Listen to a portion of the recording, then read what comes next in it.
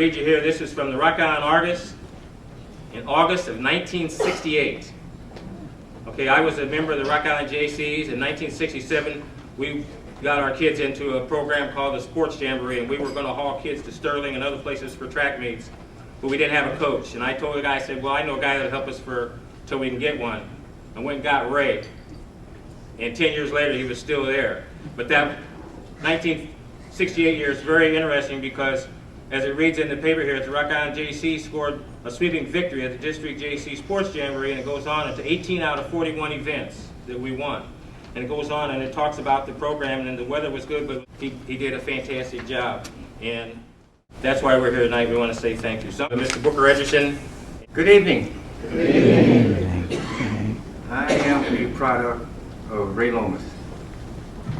I am a product of Rock Island. I'm a product of all the people in the community because I was a pain in the butt growing up. So somebody was always looking after us, particularly me in a way, because I seemed to find trouble some kind of way. And get the mic close. With the help of Mr. Watts, Udo's father, Thad Johnson, Kent Sturtevant, and most of all, and there's a lot of people I'm going to leave out because I can't really get into all the folks who really impacted my life. But Ray Lomas was the most person that did the things that I should have been doing all along that I did not do because of my involvement with mischief, because I was always doing something wrong. The only person that kept me in check was my mother, and sometimes my father, but also my aunts and uncles. They always preached to us and everything, and they did a lot of things. So that was just one piece of the factor of what I did here in Rock Island. And just to the young folks here, I hated school. I hated school. I didn't want to go to school. Every chance that I took, I didn't go to school. But at one point, I found out that playing hooky was really not good because there wasn't nobody to play with. There wasn't nobody to deal with. So go back to school and be with the people that you enjoy being around. So I had no choice, so I went back to school. And it was just fortunate because because like I say, I was going to join the Marines. When I graduated high school, I was going to join the Marines. And I worked for International Harvester in the summer.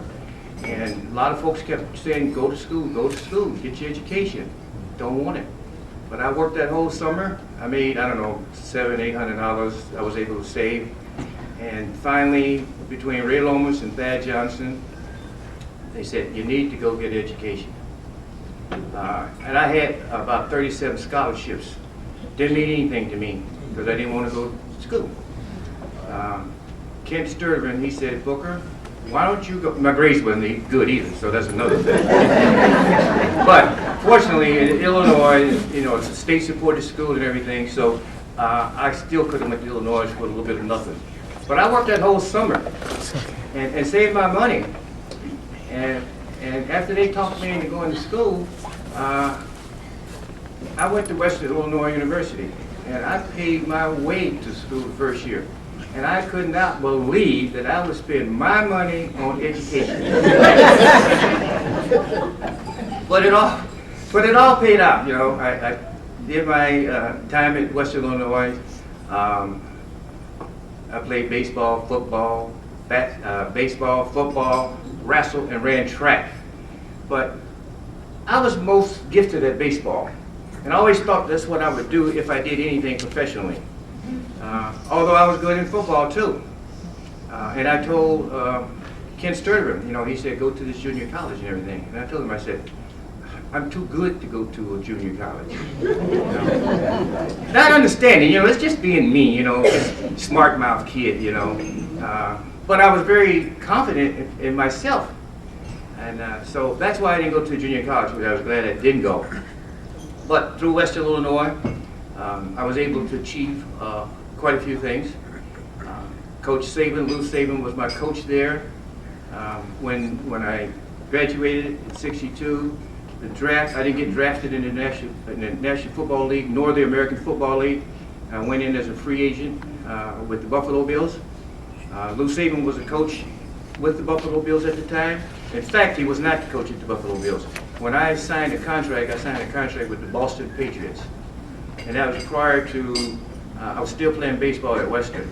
And at those days, you could not play college sports and participate or sign a professional contract. So I told him to keep it secret. I said, take the contract, put it aside, and when the season's over, we'll talk. Well, in the meanwhile, he got fired. So he calls me up and he said, look, what do you want me to do with this contract? I said, well, just tear it up, and when you get to some other place, give me a call. Now, this is being very naive and stupid. You know, I'm supposed to be smart since I done went to college and got all this stuff. But I said, tear it up. When you get another coaching job, call me. Could have been in college, so couldn't have got nothing out of that. Fortunately, he ended up with the Buffalo Bills. And so he called me and he said, well, I'm here, what do you want me to do? I said, send a contract. So he sent a contract, and that was the beginning of something very good. I played 8 years with the Buffalo Bills, and I played two years with the Denver Broncos. The Buffalo Bills never won a Super Bowl, but the Denver Broncos did.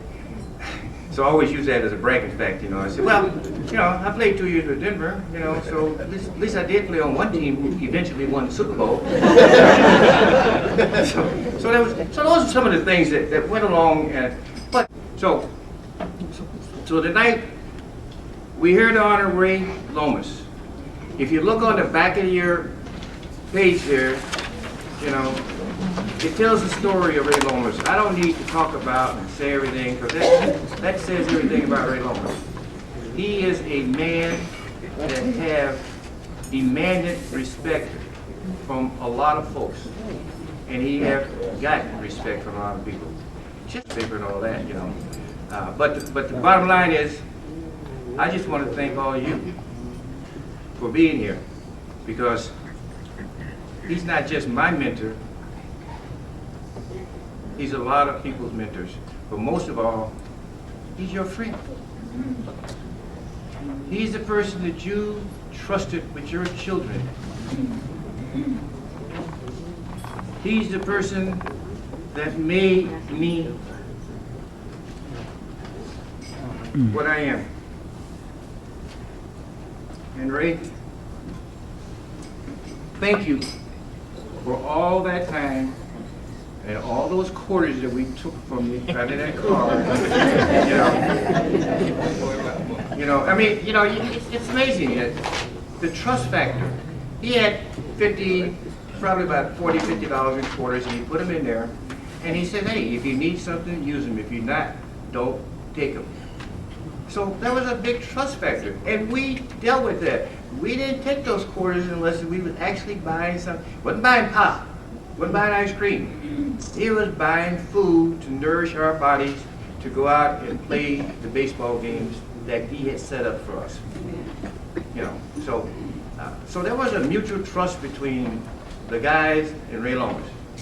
And I will never forget that, because I talk about you a lot, man. You know, I tell people in Buffalo, if it wasn't for you, I have no idea where I would be today. Thank you very much, and thank you for all coming.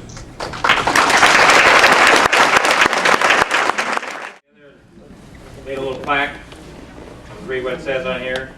Mr. Ray Lomas is hereby honored for his lifelong efforts and contributions to these Rock Island Community Youth Programs, Metro Youth Group, and the Striders Track Team. It's dated October 24th, 2013.